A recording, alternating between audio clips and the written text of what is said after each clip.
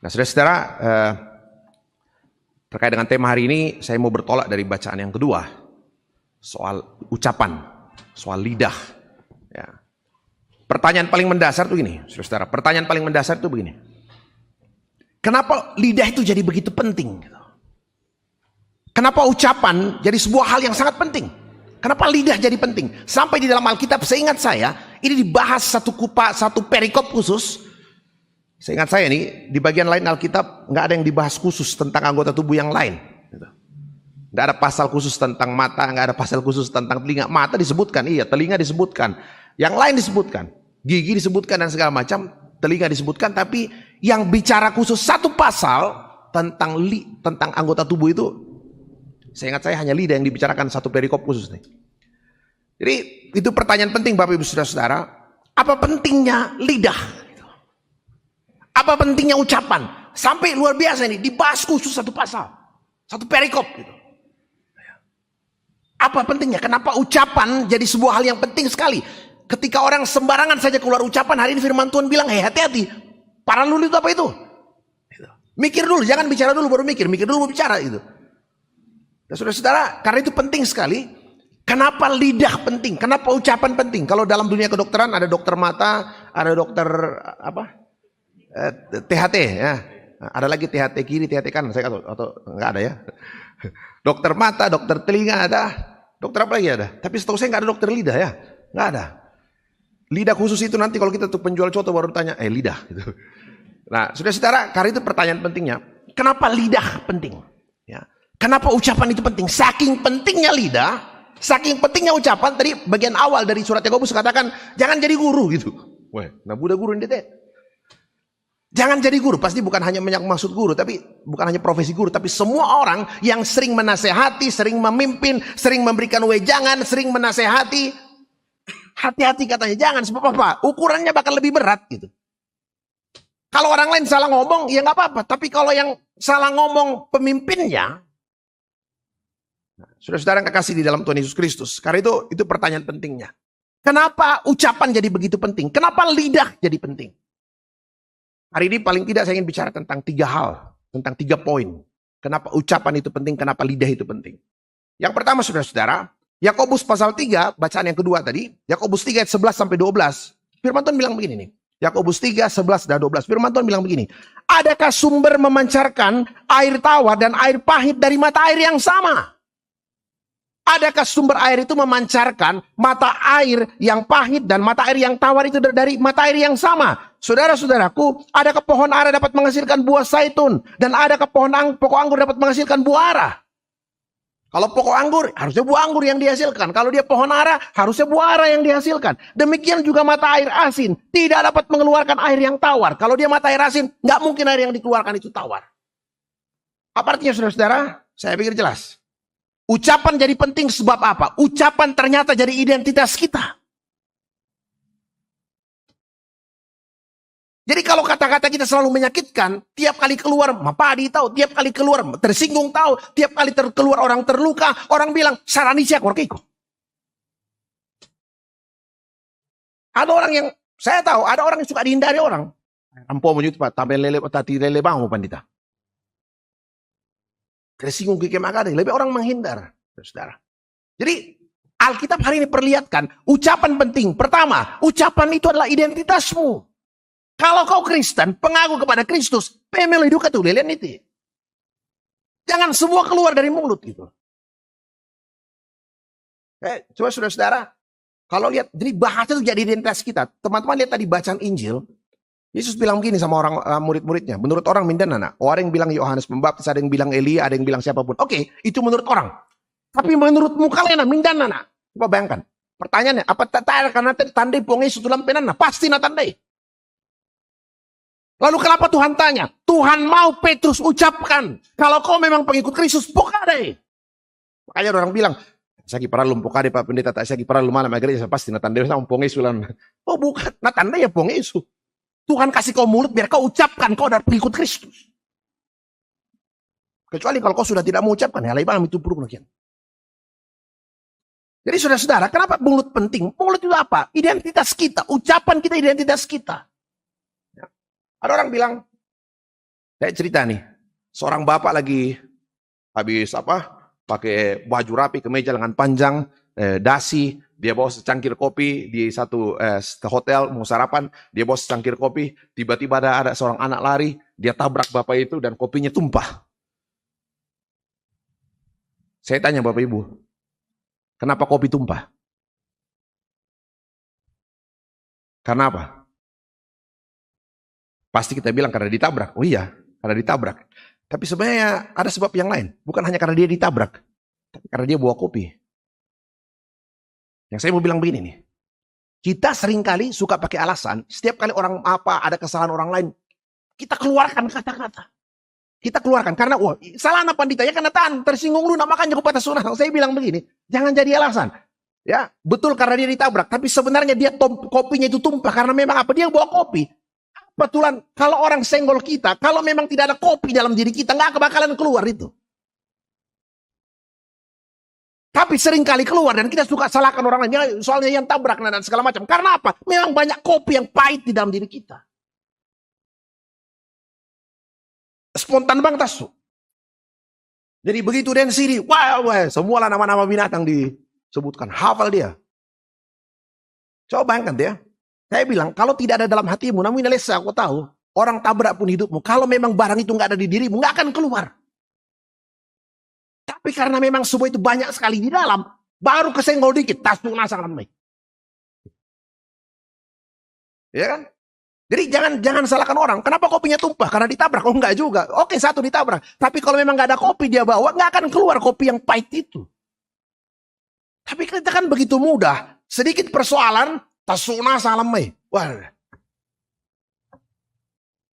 Hafal dia nama-nama kebun nama-nama binatang. Nah, saudara-saudara yang kekasih dalam Tuhan. Jadi bahasanya di identitas kita. Kalau ingat, Ibu Bapak, saya pikir kita ingat semua. Ada iman yang luar biasa besar dalam Injil Lukas pasal 7. Iman seorang perwira di Kapernaum. Ya, iman seorang perwira di Kapernaum. Iman yang luar biasa, dipuji Tuhan. Sampai Tuhan Yesus bilang begini, teman-teman ingat, saudara-saudara ingat cerita itu. Imannya itu luar biasa, sampai Tuhan Yesus katakan begini. Luar biasa iman perwira ini. Di antara orang Israel pun saya nggak pernah lihat iman sebesar ini. Iman macam apa tuh? Iman seperti apa? Bapak Ibu ingat, teman-teman ingat. Iman yang luar biasa, iman yang dipuji Tuhan Yesus, Lukas pasal 7. Sampai Yesus katakan, luar biasa iman perwira di Kapernaum ini. Saya tidak pernah melihat iman sebesar ini. Di antara orang Yahudi sekalipun, nggak ada yang punya iman sebesar ini. Iman macam apa itu? Ingat cerita itu? Iman yang lahir dari perkataan. Waktu orang itu punya hamba di rumah sakit.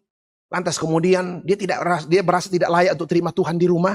Lantas Yesus mau ke rumahnya, dia bilang, Tuhan, jangan datang ke rumahku, saya nggak layak.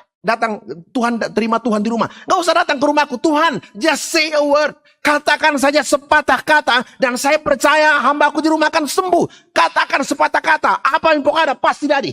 Coba bayangkan saudara, itu satu iman yang lahir dari perkataan, betapa dia percaya, perkataannya memperlihatkan imannya, dan yang luar biasa dia percaya, perkataan Tuhan mengubah segala sesuatu. Coba bayangkan ya, nggak perlu bikin apa-apa. Tapi dari perkataannya, kelihatan imannya. Dari perkataannya, kelihatan identitasnya. Dari perkataannya, kelihatan siapa yang dia yakini. Seperti apa dia percaya Tuhan. Jadi Bapak Ibu coba lihat ya. Kalau ditanya kenapa ucapan penting, pertama, ucapan itu identitas kita. Jadi nggak boleh marah Pak Pendeta. Oh boleh marah. Boleh marah, tapi kan surat Efesus bilang begini toh, surat Efesus bilang begini, kalau kau marah jangan sampai berdosa dan janganlah matahari terbenam sebelum amarahmu padam. Boleh marah. Tuhan pernah bongkar itu meja di bait suci gara-gara orang pakai jualan gitu, dia marah sekali. Tapi kan tidak keluar kata-kata yang kotor. Jadi boleh marah, tapi kata Tuhan, firman Tuhan katakan surat Efesus, kalau kau marah, jangan sampai berbuat dosa. Dan yang kedua, jangan matahari terbenam sebelum amarahmu padam. Mama, aku ini ditambahi kupong musik, kupong moto sudah. Nata abang siapa minta maaf. Boleh marah, boleh.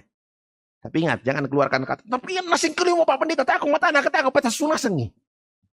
Oh ya patasui, tapi dana ya tuh melo-melo nang patasui, udah usah nama-nama binatang. Kenapa harus keluar nama-nama binatang kalau marah? Coba ganti sekali-sekali pakai nama-nama bunga. Coba tuh. Istri tidak bisa masak di rumah apa, lambat masak, nggak usah marah. Marah tapi boleh marah, boleh keras, tapi keluarkan yang baik gitu. Pakai nama-nama bunga sekali-sekali, nama-nama bunga. Mawar lo. Nah, kan enak gitu. Melati. Nah. Tasyat bulu nang pada sempok ada itu. Jadi coba bayangkan ya, boleh marah. Ya. Tapi keluarkan kata-kata yang terukur.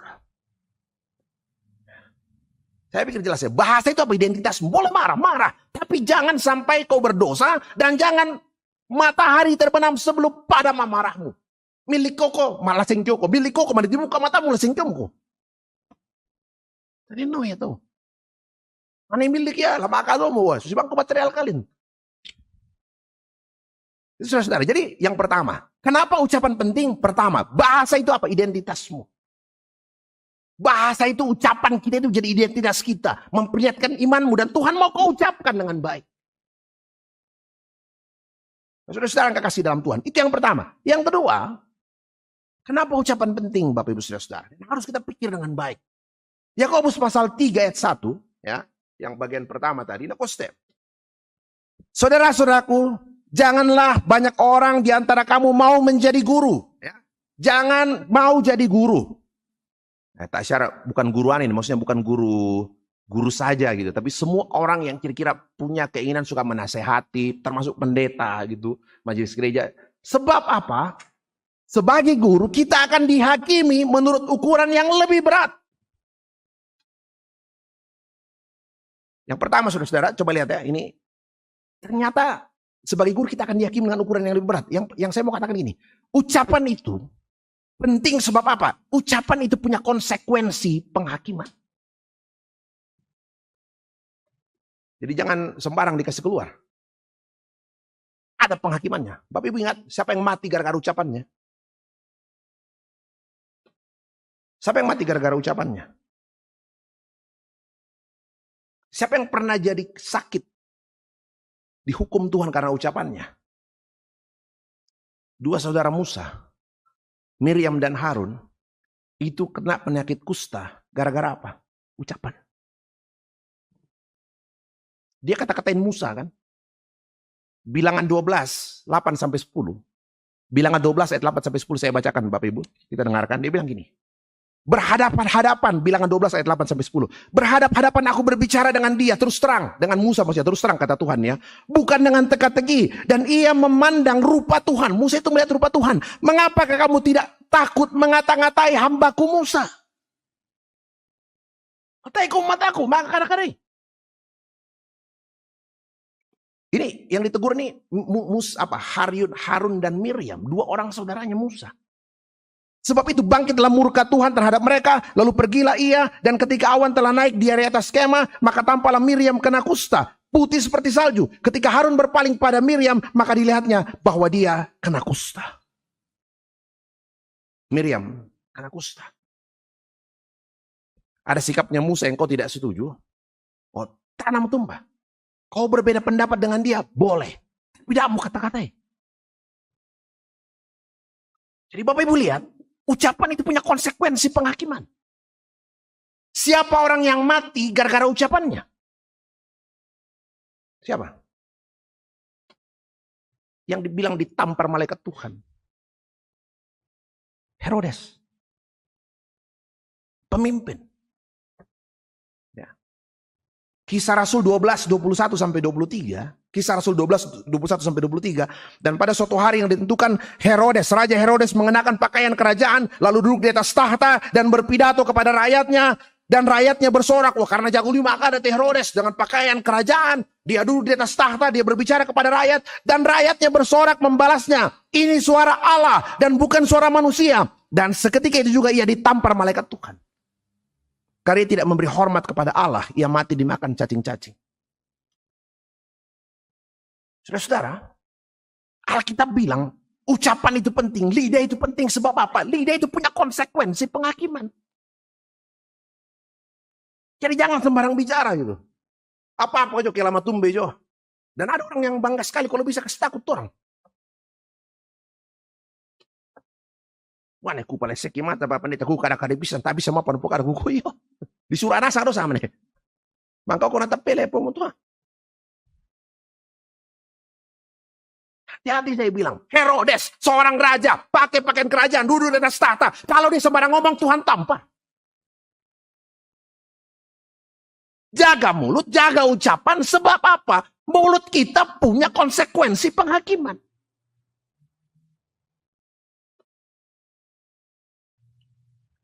Banyak sekarang dosa mulut sudah digantikan dengan dosa jari. Tanya mau kebuduk natung kada-kada itu ulan medsos pa 56 mo. Saudara, ingat ya. Bukan yang masuk ke dalam yang menajiskan, tapi yang keluar.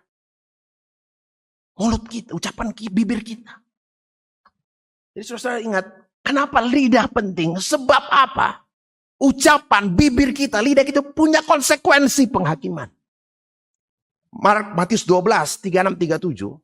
Matius 12 ayat 36 sampai 37. Firman Tuhan bilang begini. Tetapi aku berkata kepadamu, setiap kata sia-sia yang diucapkan orang harus dipertanggungjawabkannya pada hari penghakiman. Karena menurut ucapanmu engkau akan dibenarkan dan menurut ucapanmu pula engkau akan dihukum.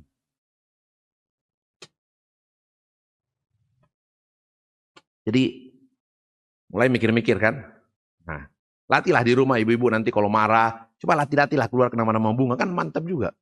Nah, saya sengke-sengke satu bunga. Melong saya dirang kita su. Nah. Saudara, konsekuensi. Jadi ucapan kita punya konsekuensi penghakiman. Yang ketiga. Kenapa ucapan itu penting?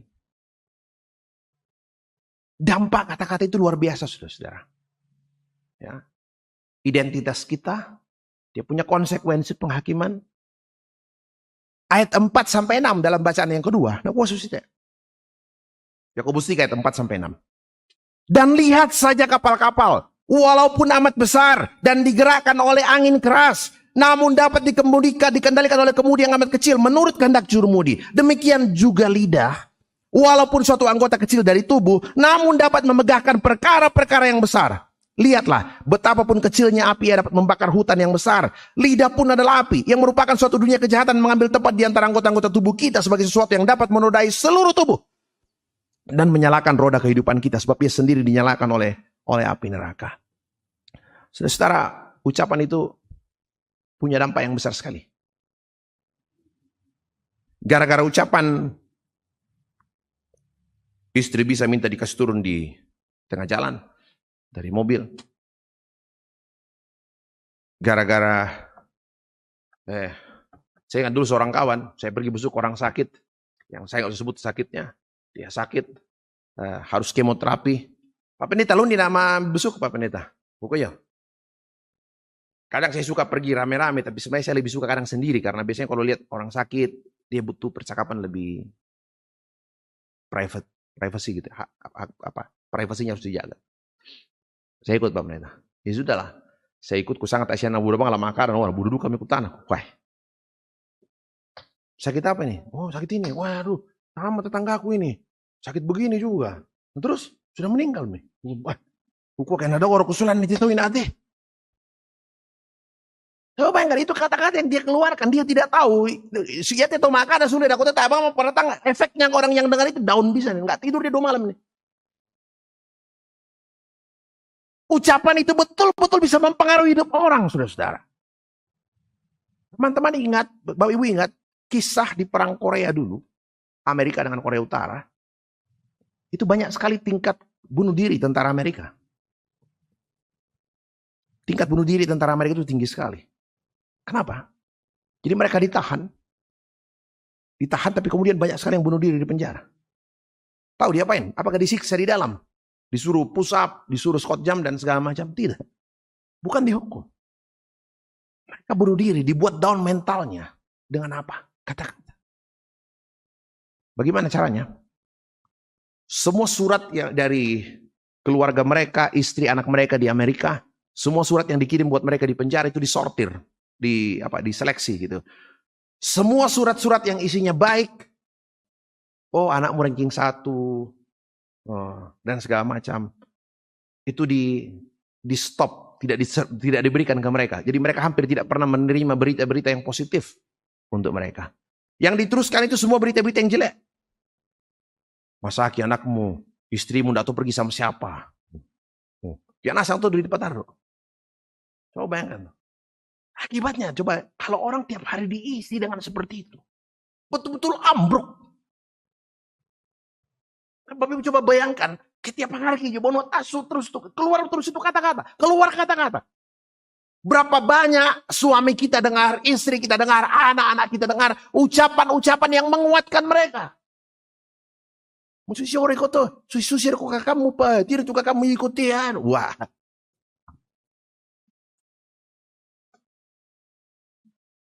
Saudara, ucapan itu betul-betul bisa mengubah hidup orang. Ya. Amsal 21 ayat 19. Boleh baca sama-sama ya, kita baca sama-sama. Ibu-ibu boleh baca sama-sama. Ibu buka Alkitab. Kita baca sama-sama. Yang di rumah juga kalau ayatnya ada di layar itu bisa dibaca sama-sama tuh. Amsal 21 ayat 19. Sudah dapat semua ya? Kita baca sama-sama. Kita baca sama-sama. Ibu-ibu aja yang baca, ibu-ibu aja. 1, 2, 3, Amsal 21 ayat 19. 1, 2, 3.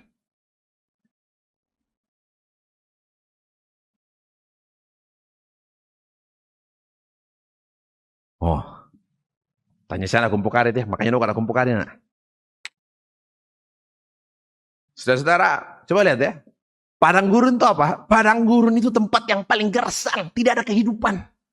Padang gurun itu tempat yang paling menakutkan, tempat yang membinasakan. Tapi firman Tuhan bilang masih lebih baik di padang gurun daripada tinggal dalam rumah yang 3 tingkat pakai AC tapi di dalamnya selalu ada orang yang ribut dan bertengkar. Coba bayangkan itu betul-betul ya. Masih padang gurun itu mematikan, tidak ada kehidupan. Tapi firman Tuhan bilang masih lebih bagus di padang gurun daripada tinggal dalam rumah 3 lantai bertingkat mewah di dalam tapi tiap hari orang bertengkar. Tongkar katanya. Amin. Ibu-ibu agak berat. Ya nah bapak-bapak pernah saya khotbah di mana satu kali habis bilang begini dan bapak-bapak orang perlu konsistori. Pak pendeta, kenapa? Ayat pirom itu misalnya nak, ayat pirom. Koyo, memang mau bingkai sama nih, baik bingkai aja mau tempel lamu dan nasi kemak dulu mam. Saudara, coba lihat ya, kata-kata betul-betul bisa membawa dampak yang merusak hidup kita. Sebaliknya, kata-kata juga bisa mengubah hidup kita. Kata-kata bisa mengubah hidup kita.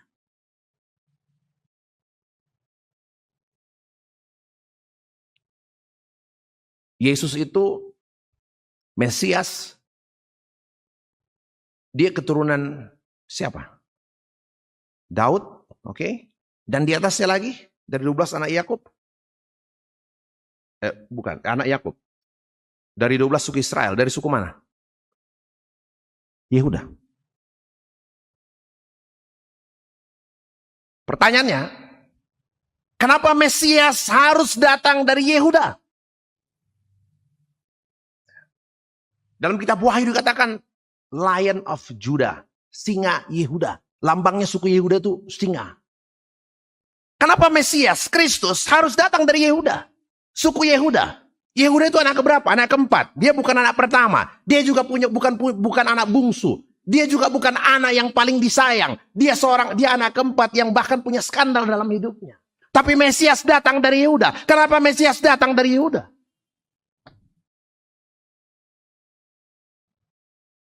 Yehuda itu bukan anak pertama. Anak pertama siapa? Ruben. Anak yang paling disayang siapa? 2 kan, Yusuf dengan Benyamin. Ya, lahir di masa tua, anak dari Rachel. Yusuf itu saking disayangnya, Tuhan membuatkan jubah yang indah untuk dia sebagai bentuk kasih sayangnya. Yehuda, apa istimewanya Yehuda? Enggak ada. Tapi kalau ditanya, kenapa Mesias Kristus harus datang dari Yehuda? Apa yang Bapak Ibu ingat? Satu hal yang penting saya bilang, lihatlah ratusan tahun ke belakang. Ratusan tahun ke-8 ada ucapan doa seorang ayah yang luar biasa. Bapaknya Yehuda, siapa? Yakub. Apa yang Yakub lakukan sebelum dia meninggal? Sebelum Yakub meninggal, dia kumpulkan semua anak-anaknya. Setiap anak didoakan, setiap anak dapat berkat. Dan berkat buat Yehuda apa?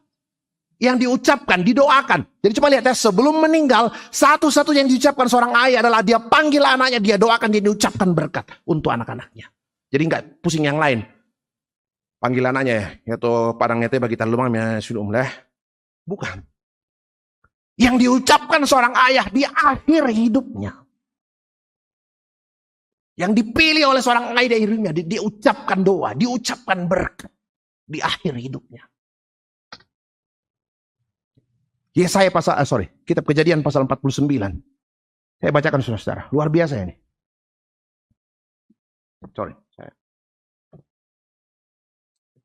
Kejadian pasal 49.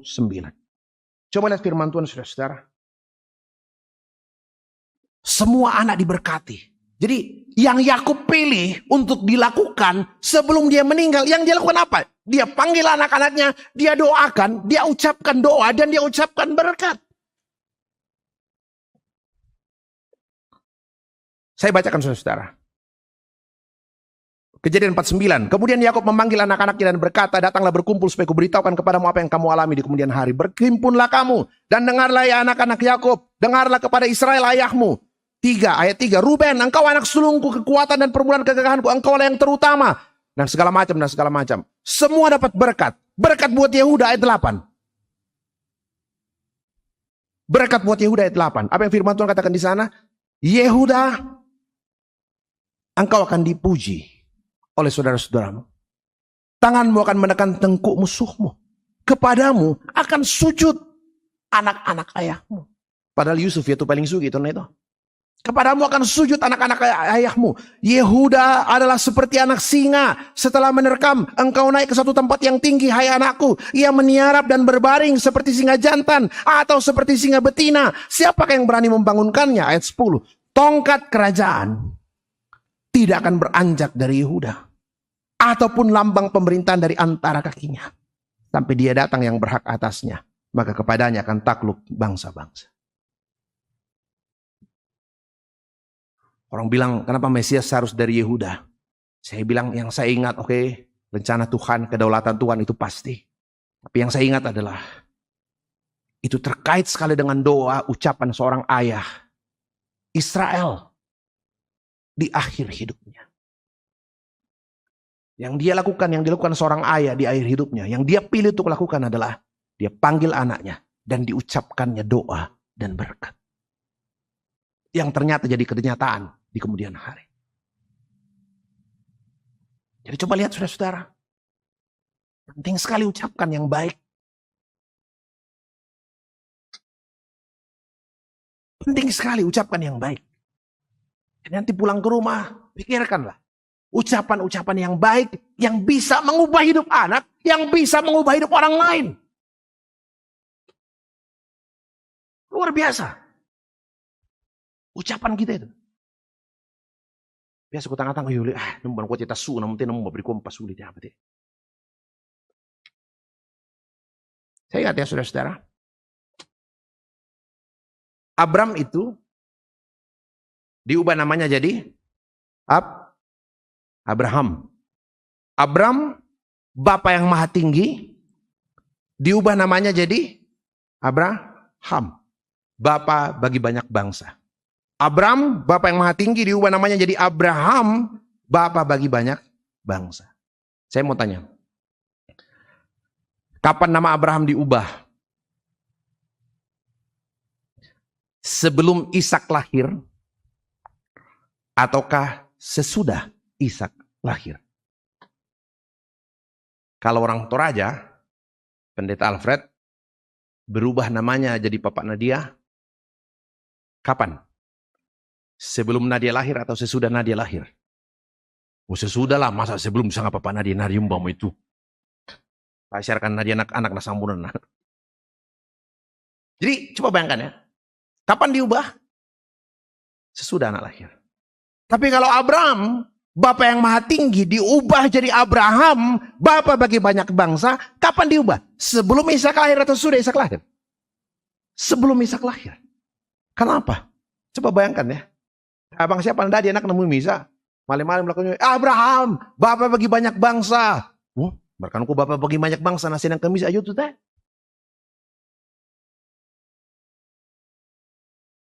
Tapi apa yang Tuhan mau?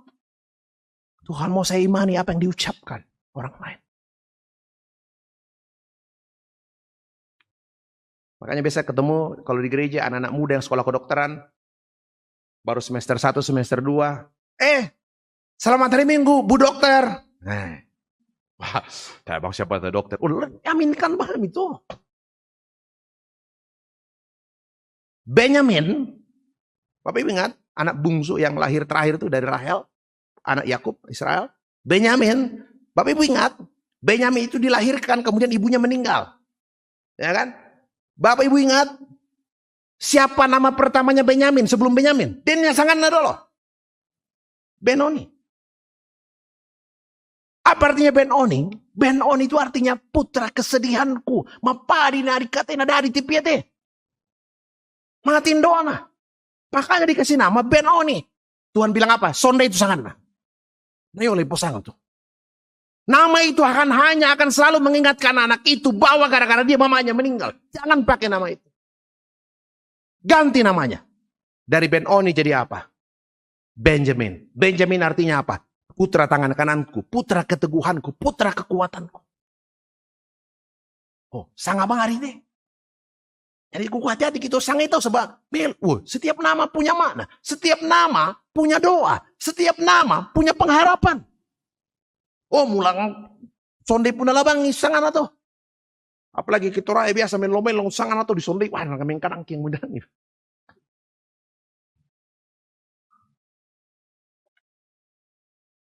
Coba bayangkan, nama itu punya mana? Tidak sekedar diberikan. Ada harapan, ada doa di dalam. Kenapa? Setiap kali diucapkan, narangi, uyule. Setiap kali diucapkan, narangi, uyule. Petrus juga sangat mengutan dari kata Petrus. Siapa mau batok-batok tolong, ikut aku kali, ikut. Mereka kuat. Saudara, lidah penting, ucapan penting. Karena apa? Dalam ucapan, ada kekuatan yang luar biasa. Jadi mari kembali ke rumah. Kita mulai memikirkan dengan baik setiap apa yang harus diucapkan. Setiap kali mengucapkan, ingat ya tadi ya, marah boleh, tapi jangan bikin dosa. Ya, boleh marah tapi jangan sampai matahari terbenam. Mulai melatih diri di rumah. Wah, nak kamu takut jemat saya nggak? Saya nggak tidur jemat rantai boleh. Kamu tuh beri. Yang nasi kia bunga apa ada?